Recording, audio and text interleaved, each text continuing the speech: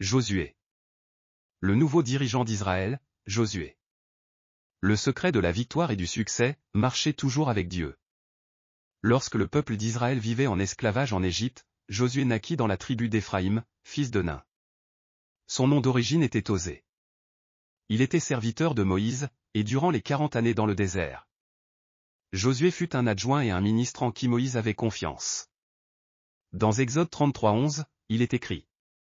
Moïse retournait au camp, mais le jeune serviteur Josué, fils de Nun, ne quittait pas la tente.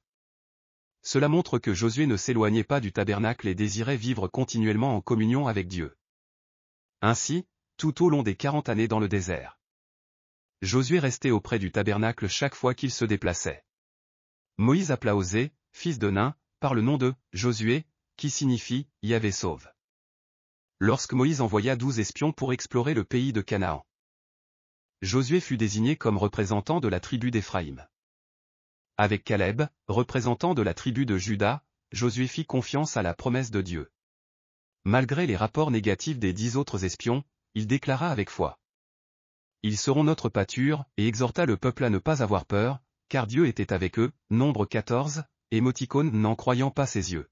En voyant leur foi et leur courage, Dieu permit à Josué et Caleb seuls d'entrer dans le pays promis, Canaan.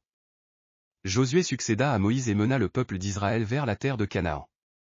Portant l'arche de l'Alliance, il traversa le Jourdain à pied sec, célébra la Pâque dans la plaine de Jéricho. Et fit tomber la forteresse imprenable de Jéricho par les moyens donnés par Dieu. Josué devint le dirigeant d'Israël qui réalisa ce que Moïse n'avait pu accomplir, en prenant possession de la terre promise.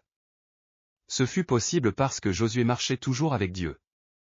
Tel était le secret de sa victoire et de son succès. Après avoir essuyé une défaite contre la ville d'Aï, Josué identifia le responsable, Akan, qu'il fit lapider dans la vallée d'Akor, puis il attaqua à nouveau et vainquit Aï. Il continua ainsi à vaincre successivement les 7 peuples cananéens et à prendre possession du territoire promis par Dieu.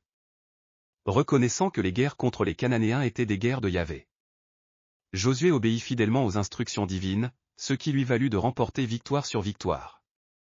Dieu répondit aux prières de Josué, qui accomplissait sa mission avec foi, allant jusqu'à arrêter le mouvement du soleil et de la lune pour combattre aux côtés de son peuple. Josué répartit les terres conquises entre les 12 tribus d'Israël. Et lui-même reçut la ville de Timnath-Sera dans la région montagneuse d'Éphraïm, où il s'établit.